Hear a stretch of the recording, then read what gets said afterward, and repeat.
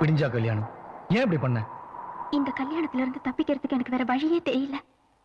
அதனாலதான் இந்த முடிவுக்கு வந்தேன்.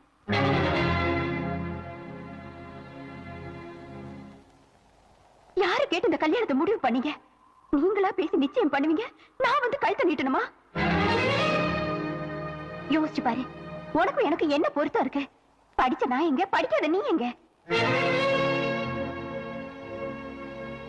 சரி, நான் உன்னையே கல்யாணம் பண்ணிக்கிறேன்னு வச்சுக்க. ஏன் கூட வாழறதுக்கு உனக்கு என்ன நாகரிகம் தெரியும்? நாளைக்கே என் கூட படிச்சவங்க ஃப்ரெண்ட்ஸ் வருவாங்க. அவங்க கூட பழகதான் தெரியுமா, இல்ல 4 வார்த்தை இங்கிலீஷ்ல தான் பேச தெரியுமா? என்னமா இப்படி பேசுற?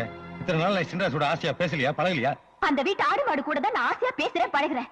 அதுக்காக அதையெல்லாம் நான் கல்யாணம் பண்ணிக்க முடியுமா?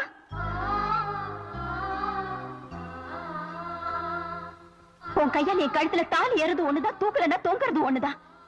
தூக்கல தொங்குறவங்க கிட்ட கூட உன் கடைசி ஆசை என்னன்னு கேட்பாங்க. அப்படி கூட என் மனசுக்குள்ள என்ன ஆசைன்னு யாருமே கேட்கலையே.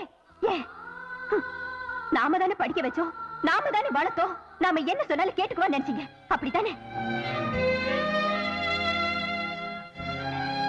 இத்தனை நாளா நீ என்கிட்ட பேசுனது பழகினதெல்லாம் வச்சு நீயும் என் மேல ஆசை வச்சிருக்கேன் தான் நினைச்சேன். ஆனா ஆடு மாடு மாதிரி தான் என்கிட்டயும் பழகினேன்னு அப்பயே தெரிஞ்சிருந்தா நான் எப்போ ஒதுங்கியிருப்பேன். சின்ன வயசுல இருந்தே உன் ஆசை தான் என் ஆசை நினைச்சிட்டு இருந்தேன். உன் சந்தோஷம் தான் என் சந்தோஷம் வாழ்ந்துட்டு இருந்தேன். உனக்கு சந்தோஷம் இல்லாத இந்த கல்யாணம் வேண்டாம். நீ என்ன மாதிரி மாப்பிளைய விரும்புறியோ அப்படியே கல்யாணம் பண்ணிட்டு சந்தோஷமாயிரும்.